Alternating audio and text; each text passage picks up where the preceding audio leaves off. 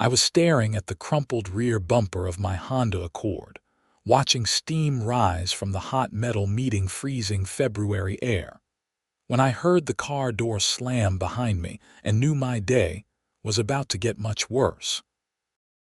The woman storming toward me across the icy parking lot of Pinewood Meadows HOA community in Burlington, Vermont, was someone I recognized immediately. Brenda Carmichael, the self-appointed queen of our homeowners association board, wearing her usual uniform of yoga pants that had never seen a gym, and a puffer vest over a turtleneck that screamed upper-middle-class entitlement. Her blonde, highlighted hair was pulled back so tight, it probably contributed to her perpetually pinched expression. "You cannot park there," she announced, pointing one manicured finger at my car, which was currently sitting in my assigned spot, number 47, the same spot I had parked in every single day for the 3 years since I bought my townhouse. I looked at her, then at my car, then at the clearly visible numbers painted on the asphalt beneath my vehicle. "Brenda, this is my spot. You just hit my parked car." I did no such thing. Her voice went up an octave, taking on that particular pitch that only a certain type of woman can achieve when confronted with irrefutable evidence of wrongdoing. "You were parked illegally, jutting out into the driving lane. I couldn't avoid you because of the ice." The ice was real enough. A freezing rain had hit Burlington overnight, coating everything in a treacherous glaze. The temperature had dropped to 15 degrees, and the February sun was doing absolutely nothing to help. I had been inside my townhouse all morning, working from home like I did every Wednesday. My car had not moved since I parked it the previous evening at 6:30, well before the storm hit. "Brenda, my car was completely in my spot. I can show you the lines." I gestured at the painted boundaries, clearly visible despite the ice. "Those lines are old. The board is discussing having them repainted. You should have known to park more conservatively." She pulled out her phone. "I am documenting this for the next board meeting. You will be receiving a fine for improper parking that resulted in damage to another resident's vehicle." I felt my jaw clench. My name is Peter Rollins, and I am generally a patient man. I work as a software developer for a medical imaging company. I pay my bills on time. I do not play loud music, and I have never once missed an HOA meeting where something important was being voted on. But Brenda Carmichael had been a thorn in my side since the day I moved in, and this was beyond even her usual nonsense. "You want to fine me because you hit my parked car. I want to fine you because you parked illegally and caused an accident." She was taking pictures now, circling my car like a shark. "Look at this. You are clearly over the line here." I looked where she was pointing. My front passenger tire was perhaps 2 inches over the line separating my spot from the empty spot beside it. 2 inches. On a parking space that was 8 feet wide, and that empty spot belonged to my neighbor who was currently in Florida for the winter. That is completely within normal parking tolerance, and you know it, and it has nothing to do with the back of my car, which is where you hit me. Brenda's eyes narrowed. "I have been on this HOA board for 7 years, Peter. I know the regulations inside and out." Section 12, Paragraph 4, Subsection B clearly states that all vehicles must be parked entirely within designated spaces with no encroachment into adjacent spaces or driving lanes. You are in violation. I am not in the driving lane at all. And 2 inches into an empty spot is not what that regulation means, and you know it. That is for the board to decide. She took a few more pictures, then walked back to her white Lexus SUV. The damage to her vehicle was minimal. A small dent in her front bumper, probably a few $100s to fix. The damage to mine was more substantial. Her SUV had caught my rear quarter panel and bumper, crumpling both and probably doing damage to the frame. I was looking at thousands of dollars in repairs. Brenda, we need to exchange insurance information. She paused, one hand on her car door. I will not be going through insurance for an accident you caused. I caused. My car was parked. It was not moving. You drove into it. Because you were parked illegally on an icy day, creating a hazard. She climbed into her Lexus. You will hear from the board. I pulled out my own phone and started taking pictures. The damage to both vehicles. The position of my car clearly within my space. The painted numbers on the asphalt. The empty spot beside me.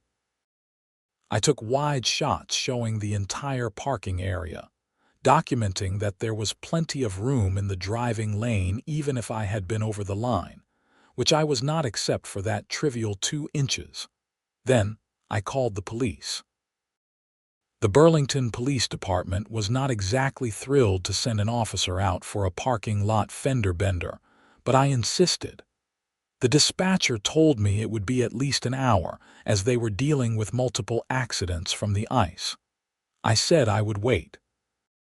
Brenda had driven off by then, her Lexus leaving fresh tire tracks in the thin layer of snow that had fallen over the ice. I went back inside my townhouse, cranked up the heat, and made coffee while I waited. Through my front window, I could see my Poor Accord sitting there with its rear end smashed in. I had bought that car new 5 years ago, and it had been perfect. Now it looked like it had been in a demolition derby. Officer Maria Santos arrived 90 minutes later, driving carefully across the icy parking lot. She was in her late 30s, with dark hair pulled back in a professional bun, and the patient expression of someone who had already dealt with too much nonsense today. I met her outside and explained the situation. She examined both the damage to my car and its position in the parking space, taking measurements and notes. So the other vehicle is not here. No, the owner left about 2 hours ago. She lives in Unit 22. I showed Officer Santos the pictures I had taken of Brenda's Lexus and its damage, and she claimed you were parked illegally. She is on the HOA board. She is claiming I was encroaching on the driving lane and that caused her to hit me on the icy road. I showed her the painted lines, my car's position, the empty space beside me. Officer Santos measured the distance from my car to the edge of the driving lane, 12 feet. She measured my car's position relative to my parking space lines. Completely within, except for those 2 inches on the passenger side into the empty adjacent space. Sir, your vehicle is legally parked. There is no encroachment into the driving lane whatsoever. Even if you were slightly into the adjacent space, which is minimal, that would be an HOA matter, not a traffic violation, and it would not impact the driving lane. She made notes on her tablet. From the damage pattern and the position of your vehicle, the other driver struck your parked car. That makes them at fault. Can you tell her that? I will need to speak with her and get her statement. What's her address? I gave her Brenda's information, and Officer Santos walked over to Unit 22. I waited by my car, stamping my feet against the cold. The sun was higher now, but doing nothing to warm the air. My breath came out in white clouds. Officer Santos was gone for nearly 20 minutes. When she came back, her professional expression had acquired a slight edge of annoyance. Miss Carmichael maintains that you were parked illegally and that the accident was your fault. She refuses to provide insurance information and states that the HOA will be fining you for the violation. She also stated that she plans to submit a claim against your insurance for her damages. I felt heat rising in my face despite the freezing temperature. She wants to claim against my insurance for hitting my parked car. That is what she stated. Officer Santos handed me a copy of the accident report. However, based on the physical evidence, My report indicates that your vehicle was legally parked and that Miss Carmichael's vehicle struck yours while it was stationary. This report can be provided to your insurance company. I strongly suggest you file a claim against her insurance. She is required by law to provide her insurance information. If she refuses, that is a separate violation. She already refused. Officer Santos's lips thinned. I will speak with her again. Another 20 minutes passed. This time when Officer Santos returned, she was even less pleased. Miss Carmichael states that she does not have to provide insurance information because no crime was committed and you were at fault. I have informed her that failure to provide insurance information after an accident is a violation of Vermont law. She stated that I was overstepping my authority and that the HOA board would be contacting my superiors. She threatened you. She attempted to. Officer Santos handed me another card. This is the case number. Miss Carmichael has been issued a citation for failure to provide proof of insurance at the scene of an accident. If she does not provide her insurance information to you within 24 hours, additional charges may be filed. I have documented everything in my report. Do you need anything else? I thanked her profusely. She drove off, shaking her head, probably already dreading the phone call her department would get from Brenda complaining about her. I went back inside and called my insurance company. The representative I spoke with listened to my story, took down all the information from the police report, and assured me that they would pursue Brenda's insurance for the damages. When I mentioned that Brenda had refused to provide her insurance information and had been cited for it, there was a long pause. Sir, that is highly unusual. Most people understand that is a legal requirement. She is on the HOA board and thinks the rules do not apply to her. Another pause. We will work with the police report to identify her insurance carrier. In the meantime, you can file a claim under your collision coverage, and we will subrogate against her. Your deductible will be refunded once we recover from her insurance. That meant I was out $1,000 until this got sorted out. I agreed and set up an appointment to have my car inspected by their adjuster.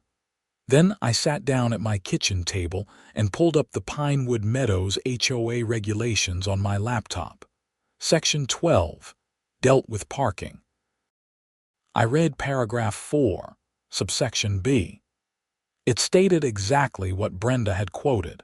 Vehicles must be parked entirely within designated spaces with no encroachment into adjacent spaces or driving lanes. However, it also included a clause that I did not remember seeing before. Minor deviations of less than 6 inches shall be considered acceptable provided they do not create safety hazards or impede other residents. 6 inches. I had been over by 2 inches into an empty space with no safety hazard created. There was absolutely no violation. I documented everything.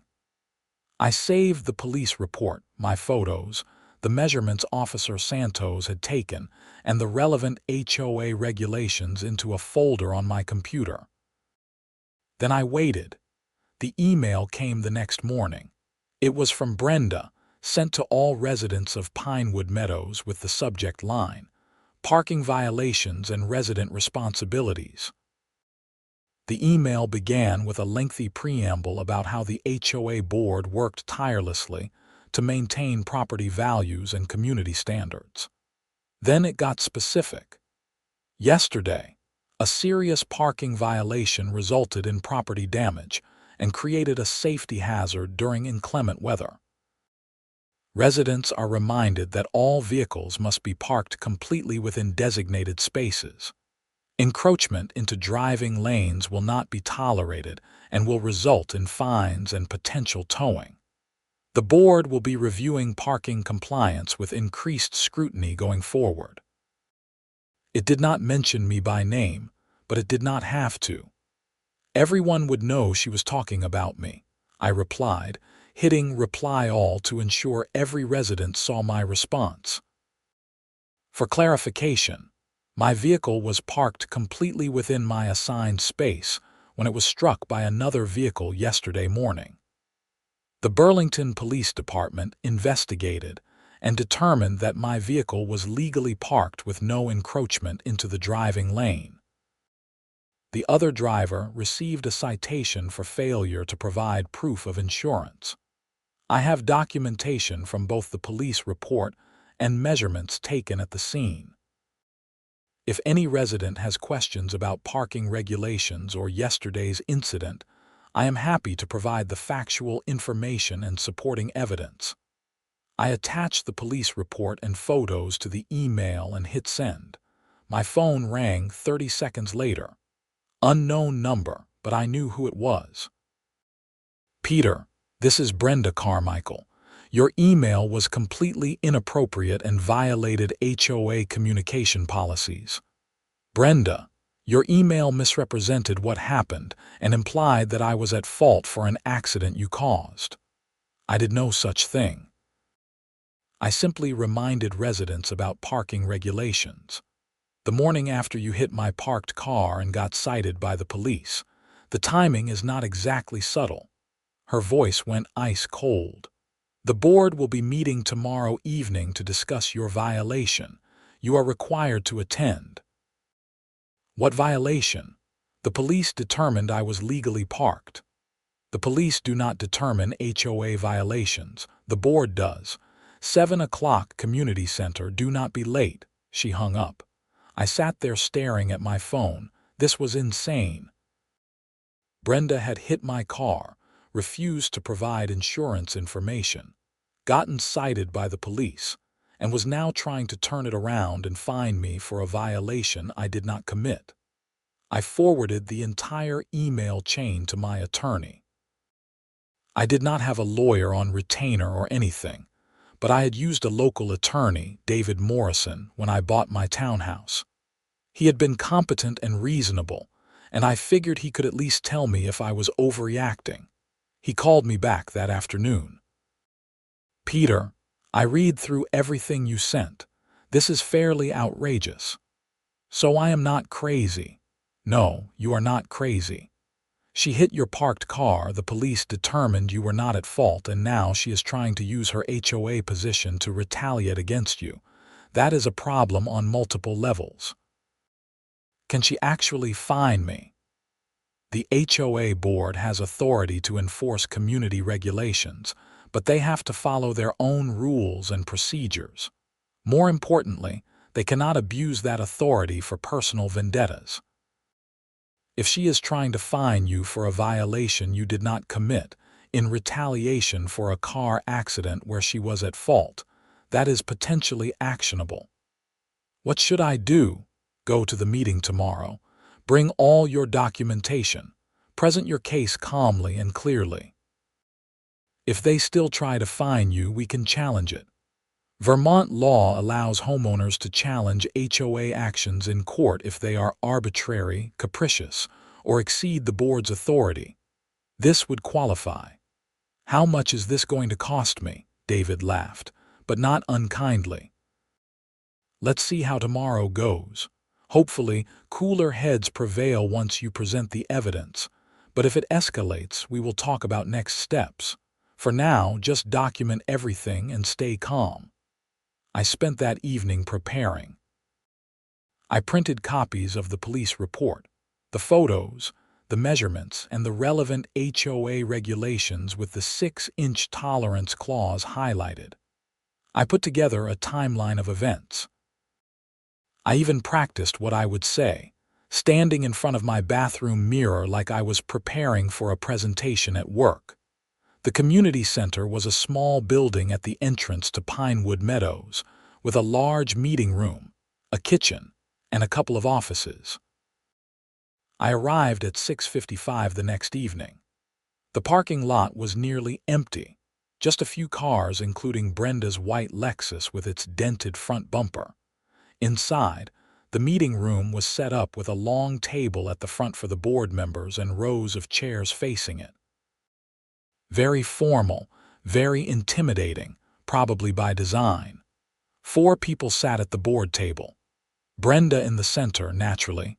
To her right was Malcolm Stevens, the board treasurer, a thin man in his 60s who always looked vaguely uncomfortable.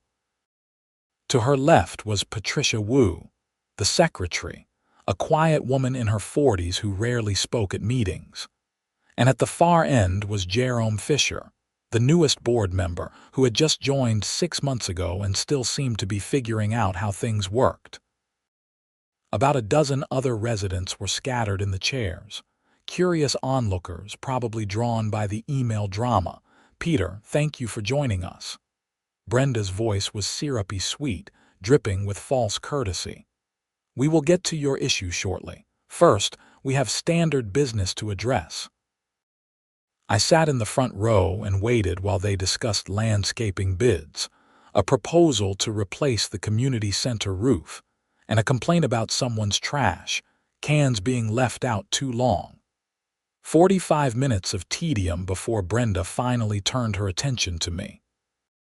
"Now, regarding the parking violation that occurred on February 14th.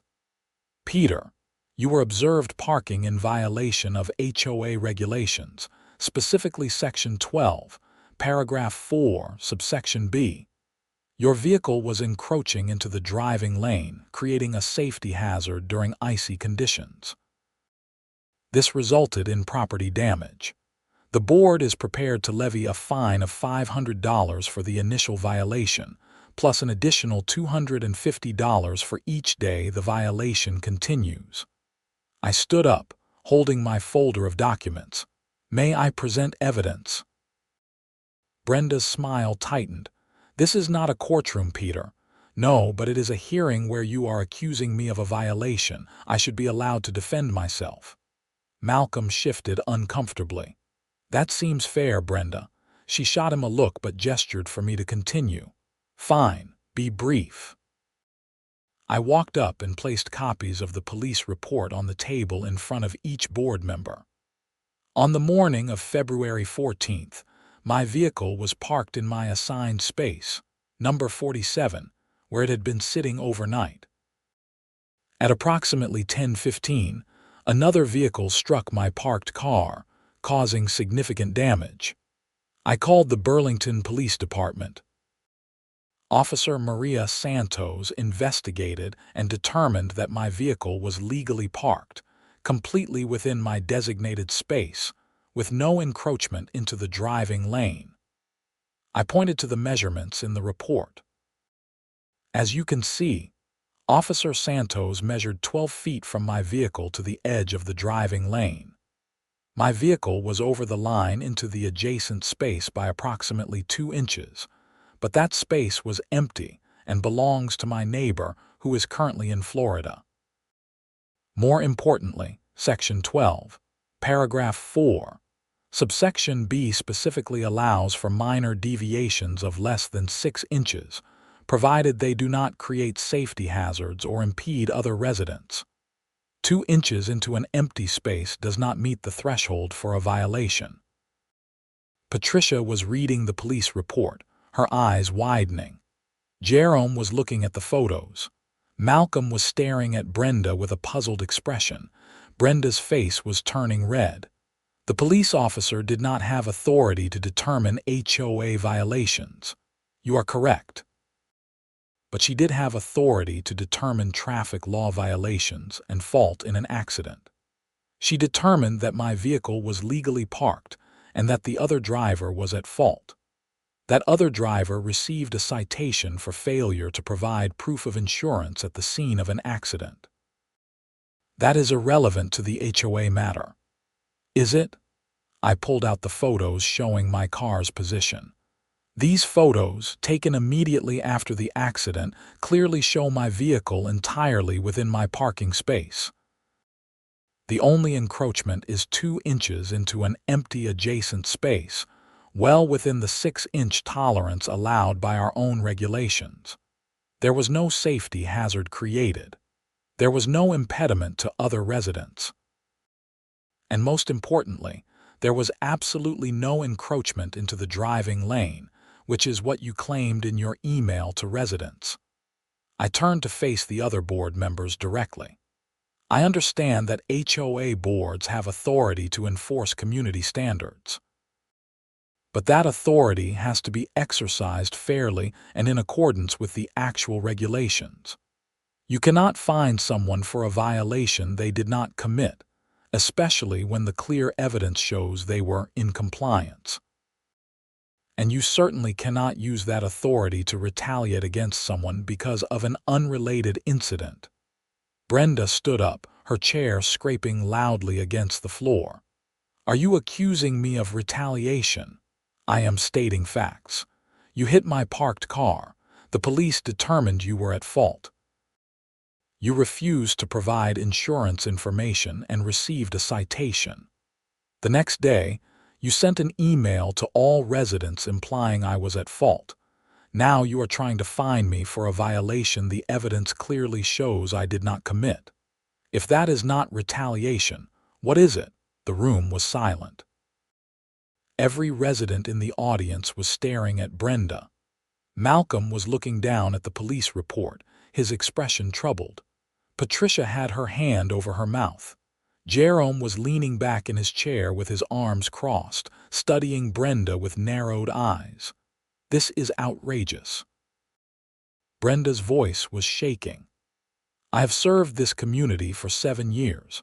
I have worked countless hours to maintain our property values and standards. And now I am being attacked because I tried to enforce basic parking rules. You are being questioned because you are trying to fine someone for something they did not do. Jerome spoke for the first time, his voice calm but firm. I have been reading the police report while Peter was talking. Officer Santos was very clear. His car was legally parked. The measurements support that. The photos support that. And our own regulations, which Brenda herself cited, allow for minor deviations of up to 6 inches. Peter was over by 2 inches. That is well within tolerance. The tolerance clause is meant for occasional minor variations, not as permission to park sloppily. Brenda was grasping now. Even if we consider 2 inches into an empty space as sloppy parking, which is debatable, it does not meet the threshold for a violation according to the regulation as written. Jerome looked at Malcolm and Patricia. I move that we dismiss this matter. There is no violation. Second, Malcolm said immediately. Brenda glared at both of them. We have not discussed this as a board. You called this hearing. Peter presented his evidence. It is clear there is no violation. What is there to discuss? Jerome met her stare without flinching. Fine. All in favor of dismissing the alleged parking violation. 3 hands went up. Malcolm, Patricia, and Jerome. Brenda did not raise her hand, but 3 out of 4 was a clear majority. Motion passes. No fine will be levied. Jerome made a note on the pad in front of him. Is there any other business? I spoke up. Yes, actually. I would like to discuss HOA policy regarding board members involved in disputes with residents. Brenda's eyes narrowed to slits. What are you talking about? A board member should recuse themselves from any decision involving a matter where they have a personal interest or conflict. You were directly involved in the incident that led to this hearing. You should not have been part of the decision-making process about whether I violated regulations. Jerome was nodding slowly. He has a point. That is pretty standard conflict of interest policy. This is ridiculous. I am the president of this board. Brenda was nearly shouting now, which does not exempt you from basic ethical standards. I kept my voice level. Look, I am not trying to cause problems. But if a board member hits another resident's car and then tries to use their board position to claim the other person was at fault and fine them, that is a serious abuse of authority. It needs to be addressed. Malcolm cleared his throat. Peter, I think we all understand your concern, and I think the board needs to discuss this in executive session. But for now, the matter regarding the parking is resolved. No violation, no fine. I nodded. It was not everything I wanted, but it was enough for now. Thank you for your time. I gathered my documents and left, very aware of Brenda's furious stare burning into my back as I walked out. The next morning, I got an email from Patricia Wu, the board secretary. It was brief and professional. Dear Peter, after further review and discussion, the board has determined that there was no parking violation on February 14. This matter is closed. Separately, the board is reviewing policies regarding conflicts of interest to ensure all decisions are made fairly and impartially. Thank you for your patience. It was carefully worded, not admitting any wrongdoing but making it clear that they recognized there had been a problem. I was satisfied with that, at least for the moment. My insurance company moved forward with the claim. Their adjuster determined my car needed $4,200 in repairs. Since Brenda still had not provided her insurance information despite the citation, my insurance filed a claim under my collision coverage and began the subrogation process to recover from her insurance carrier, which they identified through the Vermont DMV records. 2 weeks later, I got a check from my insurance company for $3,200, minus my $1,000 deductible. My car went into the shop for repairs, and I got a rental car, which my insurance also covered. Then things got weird. I started getting violation notices from the HOA. My trash cans were out an hour past the pickup time, violation $50 fine. There was a small oil stain on my parking space, violation $100 fine for failure to maintain cleanliness. My front door wreath was not seasonally appropriate. Whatever that meant, violation $25. Each notice was signed by Brenda Carmichael, HOA president. I documented every single one. I took photos showing my trash cans were not out late. The oil stain was barely visible and had been there when I moved in. And my wreath was a simple evergreen decoration that half the townhouses in the complex had similar versions of. Each violation was petty, subjective, or outright false. After the 5th notice in 3 weeks, I called David Morrison. "She is retaliating," he said flatly after I explained the situation. "This is textbook harassment. You embarrassed her at the board meeting, her insurance is being pursued for the accident, and now she is trying to make your life miserable with bogus fines. Can we stop her?" Yes. Vermont law has protections against HOA harassment and abuse of authority. We can send a cease and desist letter first, making it clear that we are prepared to take legal action if the harassment continues. If that does not work, we can file for an injunction and potentially sue for damages. How much will that cost? The letter is a few $100s. If we have to file suit, we are looking at several thousand, but if we prevail, the HOA would be responsible for your legal fees. And if we can prove harassment and retaliation, you could potentially recover additional damages. I authorized him to send the letter. It went out 3 days later, a very official-looking document on law firm letterhead, citing specific Vermont statutes about HOA authority, member rights, and prohibitions against harassment. It listed every violation notice I had received, the evidence showing they were unfounded, and made clear that continued harassment would result in immediate legal action. For about a week, things were quiet. No new violation notices, no emails from Brenda. I started to think maybe the letter had worked. Then I came home from work one evening to find a bright orange sticker on my front door. Notice: vehicle towing scheduled. Your vehicle has been identified as in violation of HOA parking regulations. It will be towed within 24 hours unless violation is remedied. Contact HOA board immediately. My car was in the shop. I was driving a rental. The rental was parked in my assigned spot, legally and properly, well within the lines. I took pictures, then I called David. "She is escalating," he said. "This is good for us, actually. She is not backing down, which means she is going to keep digging herself deeper. Go ahead and call the towing company listed on the notice. Get confirmation that the HOA actually authorized the tow. Document everything. Then we file." I called the towing company, Atlas Towing and Recovery out of Burlington. The dispatcher I spoke with confirmed that yes, Pinewood Meadows HOA had contracted with them to remove a vehicle from Space 47 for parking violations. "What violations?" "I do not have specific details, sir. We just have an authorization from the HOA president to remove the vehicle." "Are you the owner?" "Yes, and there are no violations.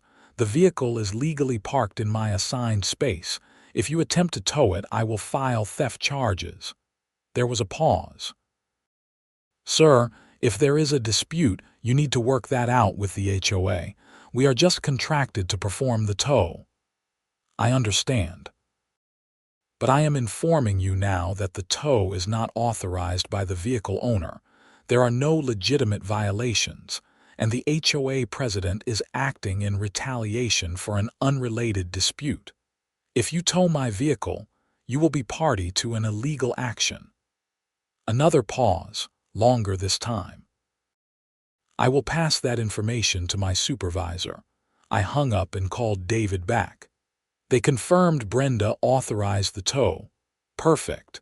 I am filing for an emergency injunction first thing in the morning. In the meantime, stay home if you can. If a tow truck shows up, call the police immediately and report a vehicle theft in progress. The driver will not complete the tow once the police are involved." I worked from home the next day, keeping one eye on my front window. Around 2 in the afternoon, a flatbed tow truck rolled into the parking lot. I watched the driver get out, walk over to my rental car, and start examining it. I called 911. "Burlington Police, what is your emergency?" "A tow truck is attempting to tow my legally parked vehicle without my authorization. I believe it is vehicle theft." The dispatcher took my information and said an officer would be there shortly. I grabbed my folder of documentation and went outside. The tow truck driver was hooking up the wheel straps when I approached. "That is my vehicle.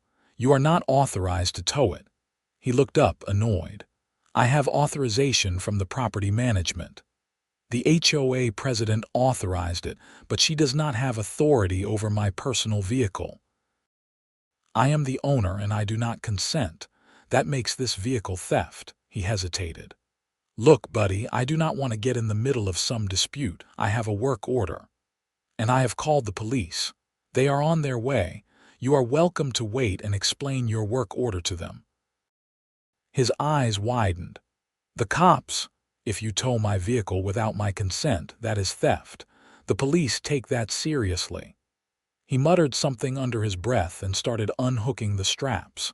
A Burlington PD cruiser pulled into the parking lot just as he finished. It was Officer Santos again, looking even less pleased than she had at our previous encounter. "Mr. Rollins, we meet again." "Officer Santos, this tow truck was attempting to tow my legally parked vehicle without my authorization." She turned to the driver. "Do you have authorization from the vehicle owner?" "I have a work order from the HOA." "Does the HOA own the vehicle?" "No, but they manage the property." HOA authority over parking generally extends to towing vehicles that are illegally parked, abandoned, or creating safety hazards.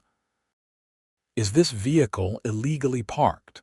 She looked at my rental car, sitting perfectly centered in my assigned space. "The work order says it is in violation of parking regulations." Officer Santos pulled out her tablet and pulled up something on the screen. I responded to an incident at this address 3 weeks ago involving this same HOA president and Mr. Rollins. At that time, the HOA president claimed his vehicle was illegally parked. I investigated and determined the vehicle was legally parked, and the HOA president's vehicle had struck his parked car. I am seeing a pattern here. She turned to me. Do you have documentation regarding this towing notice? I showed her the orange sticker, the letter from my attorney, and the history of violation notices I had received since the board meeting. She read through everything, her expression growing darker. Mr. Rollins, this appears to be harassment. The towing company was given false information by the HOA president. That is a problem. She turned back to the driver. The vehicle owner does not consent to the tow. The vehicle is legally parked, and the HOA authorization appears to be pretextual. If you proceed with the tow, you could be charged with theft. The driver held up his hands. I am out. This is not worth it. He climbed back into his truck and drove off. Officer Santos made notes on her tablet. Mr. Rollins, I am documenting this incident. I strongly recommend you pursue legal action against the HOA president. This is beyond an HOA dispute at this point. This is targeted harassment. My attorney is filing for an injunction tomorrow morning. Good. If you have any further incidents, call us immediately. And you might want to consider filing for a restraining order. She left, and I went back inside, shaking slightly from adrenaline. This was insane. Brenda was so obsessed with being right, so incapable of admitting she had made a mistake, that she was willing to escalate to illegal actions. David called me that evening. I heard about the towing incident. Officer Santos filed a report and sent me a copy. This is excellent documentation. I filed the injunction this morning, and the judge granted it this afternoon. Brenda Carmichael and the Pinewood Meadows HOA Board are enjoined from issuing any further violation notices, fines, or enforcement actions against you pending a full hearing. The hearing is scheduled for 3 weeks from now. What happens at the hearing? We present all the evidence of harassment and retaliation. The judge determines whether the injunction should be made permanent and whether there are grounds for damages. Given what we have documented, I feel very good about our case. Over the next 3 weeks, things were blessedly quiet. No violation notices, no towing attempts, no threatening emails. I got my car back from the shop, looking as good as new. My insurance company informed me that they had successfully recovered the full amount from Brenda's insurance carrier, and I would be receiving a refund of my deductible. The hearing was held at the Chittenden County Superior Court in Burlington. It was a civil matter, heard by Judge Helen Cartwright, a stern woman in her late 50s with gray hair and no-nonsense demeanor. David and I sat at one table. Brenda and an attorney representing the HOA, a nervous-looking young man named Kevin Palmer, sat at the other. The rest of the board was in the gallery: Malcolm, Patricia, and Jerome. Judge Cartwright reviewed the case file, which included all my documentation, the police reports, the letter from David, the towing incident report, and everything else. She looked up, her expression unreadable. Miss Carmichael, you are president of the Pinewood Meadows HOA Board, correct? Yes, Your Honor. Brenda's voice was tight. And you were involved in a motor vehicle accident with Mr. Rollins on February 14th of this year. There was an incident, yes. An incident where your vehicle struck Mr. Rollins's parked vehicle, and you were cited by police for failure to provide proof of insurance. Brenda's attorney whispered something to her. Yes, Your Honor. Following that incident, you sent an email to all HOA residents implying Mr. Rollins was at fault for a parking violation. I sent an email reminding residents of parking regulations. The day after the accident, in which you were determined to be at fault. Judge Cartwright looked down at the file. Then you called a board hearing where you attempted to fine Mr. Rollins for parking violations, despite evidence from the police investigation showing his vehicle was legally parked. The board has authority to enforce HOA regulations. The board does have that authority, provided it is exercised in accordance with the regulations and not in bad faith. After the board declined to fine Mr. Rollins, you issued multiple violation notices to him over the following weeks. Mr. Rollins has provided evidence that these violations were either false or petty to the point of being harassment. Do you dispute that?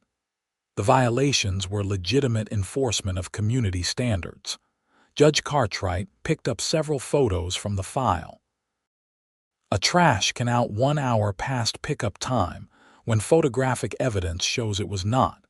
An oil stain that was pre-existing and barely visible. A wreath deemed not seasonally appropriate when similar decorations are displayed throughout the community. Miss Carmichael, this does not look like legitimate enforcement. This looks like targeted harassment.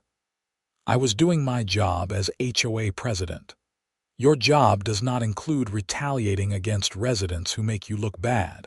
And then there is the attempted vehicle tow. Judge Cartwright's voice grew sharper. You authorized a towing company to remove Mr. Rollins's vehicle from his assigned parking space, claiming parking violations when the vehicle was legally parked. The police had to intervene to prevent the tow. Do you understand that giving false information to a towing company to remove someone's vehicle could constitute theft by deception? Brenda's attorney was whispering urgently now. Your Honor, Miss Carmichael believed she was acting within her authority as HOA president. Belief in one's authority does not excuse abuse of that authority. Mr. Palmer, has your client provided any evidence that Mr. Rollins actually committed any violations? The young attorney shuffled papers nervously. Your Honor, the HOA board has discretion in interpreting and enforcing community standards. That was not my question. Has your client provided evidence of actual violations? The board determined that violations occurred. Based on what evidence? Because Mr. Rollins has provided substantial evidence that no violations occurred. Police reports, photographs, measurements, statements from other board members who voted against the proposed fine. What does the HOA have to counter that? Silence. Judge Cartwright set down her pen. Here is what I see. Miss Carmichael was involved in an accident where she was at fault. Instead of accepting responsibility, she attempted to use her position as HOA president to shift blame to Mr. Rollins. When that failed, she engaged in a pattern of harassment designed to punish him for exposing her conduct. This is a clear abuse of authority and a violation of Mr. Rollins's rights as a homeowner. She looked directly at Brenda. The injunction is made permanent, Miss Carmichael. You are prohibited from issuing any violation notices, fines, or enforcement actions against Mr. Rollins, unless and until you can present clear, objective evidence of actual violations to the full HOA board, which must vote to approve any enforcement action. You personally are recused from any such votes due to your conflict of interest. You understand? Yes, Your Honor. Brenda's voice was barely audible. Furthermore, Mr. Rollins is entitled to damages. The court finds that Miss Carmichael's actions constitute intentional harassment and abuse of authority.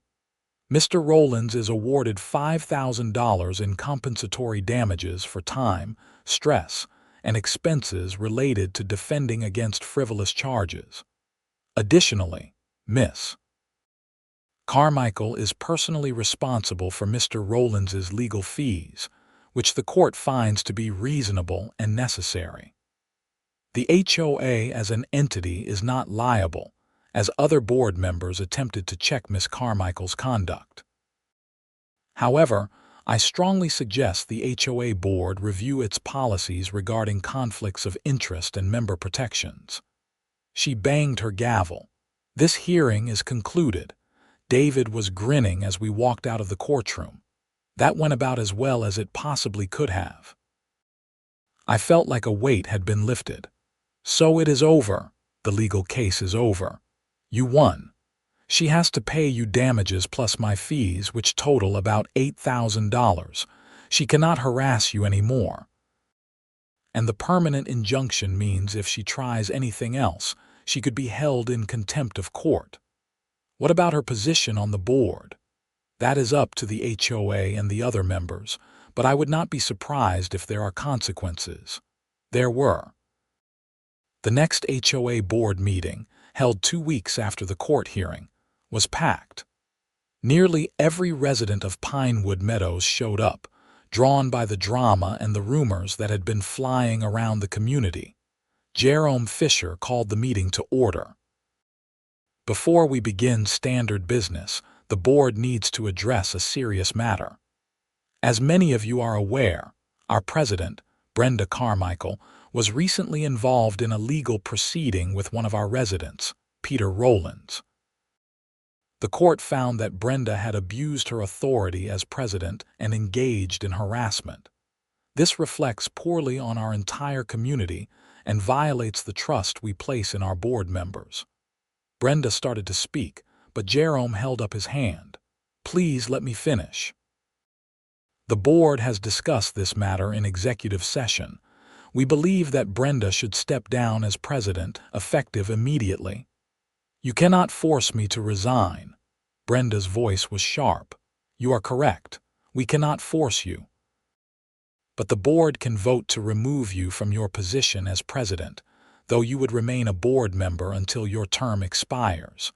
We would prefer you resign voluntarily. Malcolm spoke up. Brenda, you have served this community for many years, but what happened with Peter crossed a line. You used your position to pursue a personal vendetta. The judge said so explicitly. It is time to step aside. Patricia nodded. I agree. This is not about punishing you, Brenda. It is about doing what is right for the community. Brenda looked around the room, seeing no support.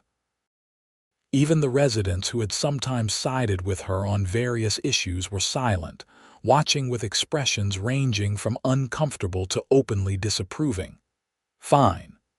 She stood up, grabbed her bag, and walked out of the meeting. The door slammed behind her. Jerome sighed. Well, that could have gone better, but it is done. The board will need to elect a new president. I nominate Malcolm. The vote was quick and unanimous. Malcolm Stevens became the new HOA president, looking somewhat shocked at the sudden promotion. After the meeting, several residents came up to me. Some apologized for not speaking up sooner. Others thanked me for standing up to Brenda. A few admitted they had received similar harassment from her over the years, but had been too intimidated to fight back. One elderly woman, Mrs. Dorothy Chen from Unit 38, pulled me aside. 3 years ago, Brenda tried to fine me because my grass was a 1/4 inch too long according to her measuring tape. I paid the fine because I did not want the trouble, but I wish I had fought it like you did. Thank you for showing everyone that she did not have unlimited power. That conversation stuck with me. How many other residents had been bullied by Brenda over the years? How many had paid unjust fines or changed their behavior to avoid her wrath? Life at Pinewood Meadows gradually returned to normal. Malcolm proved to be a reasonable and fair president, focused on actual community issues rather than petty enforcement. The board instituted new policies requiring any violation notice to be reviewed and approved by at least 2 board members before being issued, preventing any single person from wielding too much power. Brenda's term on the board expired 6 months later, and she did not run for re-election.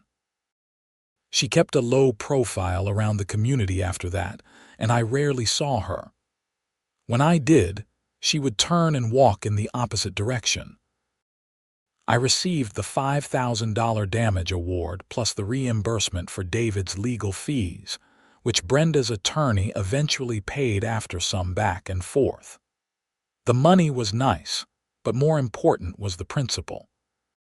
Someone had tried to abuse their authority to bully me, and the system had worked.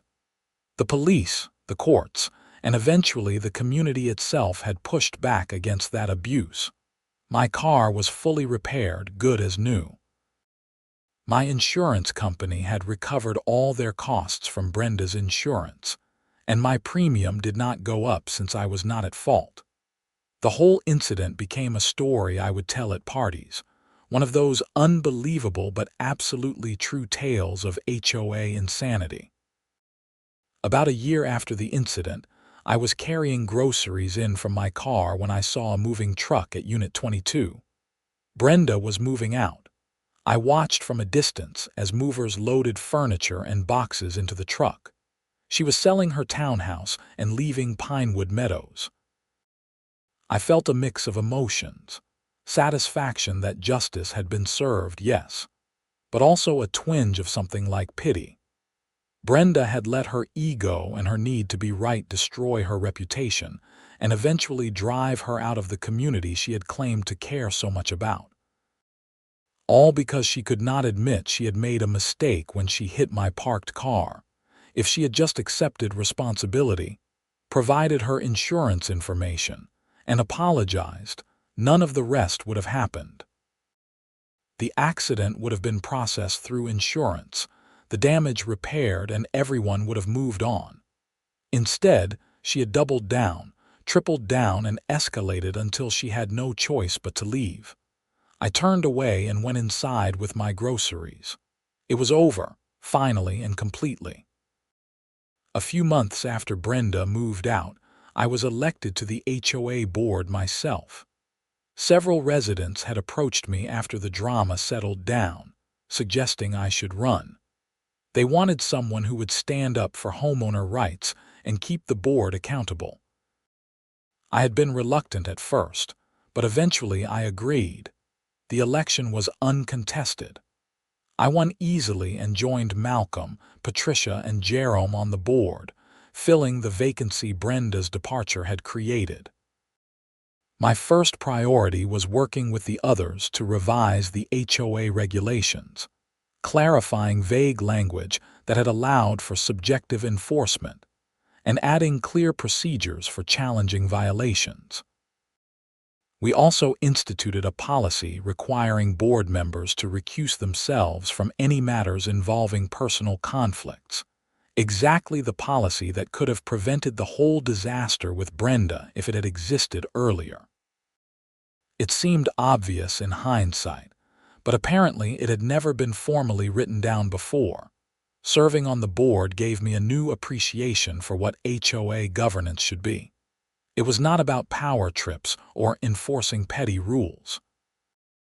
It was about maintaining common areas, managing shared resources, and helping neighbors resolve disputes. Done right, an HOA board could make a community better. Done wrong, like Brenda had done it, it could make residents miserable. I served a full 2-year term and then stepped down, having accomplished what I set out to do. The regulations were clearer, the procedures were fairer, and the board was more accountable. Future residents would have better protections against the kind of harassment I had experienced. Pinewood Meadows was a better place for it. Property values actually increased during those years, as word got around that the community was well managed and fair. People wanted to live in a place where the rules made sense and were applied consistently, not according to the whims of whoever held power. I still live in Unit 47, in the same townhouse I bought all those years ago. My Honda Accord, now several years older but still running strong, sits in parking space 47 every night, always carefully within the lines. I have never received another violation notice. Sometimes, when I am parking after a long day at work, I think about that February morning when Brenda hit my car and set off a chain of events that changed the community. It started with such a simple thing, an accident on an icy road, the kind of thing that happens thousands of times every winter. But Brenda's refusal to accept responsibility, her attempt to abuse her authority, and her escalating harassment had turned it into something much bigger. In the end, the system worked. The police did their job. The courts did their job. The community eventually did its job. Justice was slow, expensive, and frustrating, but it happened. But it only happened because I fought back. If I had just paid the fines, accepted the false accusations, and kept my head down, Brenda would have gotten away with it. She would have continued abusing her authority, and other residents would have continued suffering in silence. That is the real lesson I took from the whole experience. Authority without accountability becomes tyranny, even in something as mundane as a homeowners association. And the only way to maintain accountability is for people to stand up when authority is abused, even when it is difficult, expensive, and stressful. I hope I never have to do it again. But if I do, I know I can, and I know it is worth it. The story of Brenda, the HOA president who hit my car and tried to blame me for it, became legendary in the Burlington area. Other HOA communities heard about it, and several revised their own policies as a result. A local news station even did a segment on HOA abuse of authority, using my case as an example without naming names. David Morrison, my attorney, told me he had gotten several calls from other homeowners dealing with similar situations, asking if he could help them the way he helped me. He started specializing in HOA disputes, building a whole practice around it. He would joke that I had given him a new career path. As for me, I went back to my quiet life as a software developer. I work from home most days, I keep my townhouse maintained, and I follow the HOA rules, which are now much more reasonable than they used to be. I have good relationships with my neighbors, several of whom have thanked me over the years for standing up to Brenda. Every winter, when the first ice storm hits Burlington and the roads become treacherous, I make sure my car is parked extra carefully in my space. I check the lines, make sure I am centered, and double-check that I am nowhere near the driving lane. It is probably unnecessary at this point, but old habits die hard, and I always keep my insurance information in my glove box, ready to provide at a moment's notice. Because you never know when someone might hit your parked car and refuse to take responsibility. That is the world we live in. But it is also a world where, if you stand up for yourself and fight back against injustice, you can win. It might take time, money, and effort. You might have to deal with police reports and lawyers and court hearings. But in the end, the truth matters, evidence matters, and the system, for all its flaws, can work. I learned that lesson on a freezing February morning when Brenda Carmichael hit my parked car and tried to claim I was the one at fault. I learned it through months of harassment and escalation. I learned it in a courtroom when a judge looked at the evidence and called out abuse of authority for what it was. And I will never forget it. The Honda Accord sits in space 47 tonight, just like it does every night. The paint is perfect, the bumper unblemished from the expert repairs done years ago. Tomorrow morning, I will get in it and drive to the office for an in-person meeting. I will park in the company lot, carefully between the lines, and I will go about my day. But I will always remember what happened when someone thought they could use their position to avoid consequences for their mistakes. I will remember how they escalated when confronted with the truth. And I will remember that standing up to that kind of abuse, while difficult, is absolutely necessary. Because if people like Brenda are allowed to get away with it, they will keep doing it. They will keep abusing their authority, keep harassing people who dare to challenge them, and keep making life miserable for everyone around them. The only way to stop it is to fight back, to document everything, to use the system that exists to check abuse of power. That is what I did. That is what I would do again if I had to.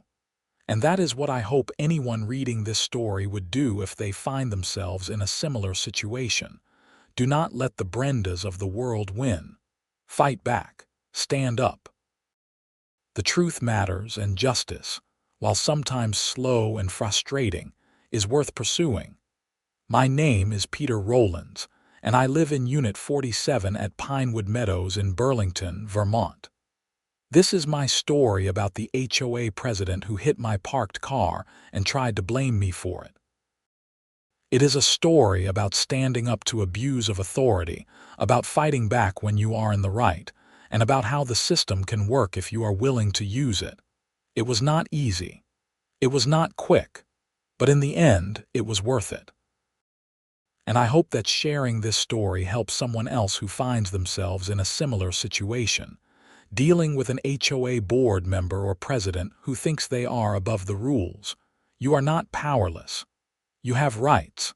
You can fight back, and you can win. That is the lesson of that icy February morning and everything that came after. That is what I want people to remember from this whole crazy experience. The parking space is just a parking space. The accident was just an accident. But what it revealed about abuse of authority and what it taught about standing up for yourself, that matters. That is what makes this story worth telling. So if you are dealing with an HOA Karen who is abusing their power, take heart. Document everything. Know your rights. Get a good lawyer if you need one. Use the system. And do not back down when you are in the right, because in the end, people like Brenda Carmichael count on you giving up. They count on you being too tired, too frustrated, too intimidated to fight back. When you do fight back, when you stand your ground and force them to face consequences, they crumble. I watched it happen. I made it happen. And you can too. That is the end of my story about the HOA Karen who hit my parked car, claimed I was at fault, and learned the hard way that abuse of authority has consequences. It is a true story, or as true as any story told from one person's perspective can be. The details are accurate, the timeline is real, and the lesson is one I will carry with me for the rest of my life. Stand up for yourself. Know your rights. Fight back against injustice, even when it is just a parking space dispute in a townhouse community in Vermont. Because if you do not stand up, who will? And if you let small injustices slide, what happens when bigger ones come along? I did not want to be the person who fought with the HOA president. I did not want the stress, the legal fees, or the community drama. But when Brenda hit my car and then tried to use her position to avoid responsibility, I did not have a choice. I had to fight back, or I had to accept being victimized. I chose to fight, and I won. And my hope is that this story inspires others to do the same when they face similar situations. Because the Brendas of the world only have as much power as we give them. When we stand up, when we fight back, when we hold them accountable, that power evaporates, and communities become better, fairer places as a result. That is what happened at Pinewood Meadows. That is what can happen anywhere if people are willing to stand up. Thank you for reading my story. I hope it was helpful, inspiring, or at least entertaining. And if you are dealing with your own HOA nightmare, I hope it gives you the courage to fight back. You can win. I did.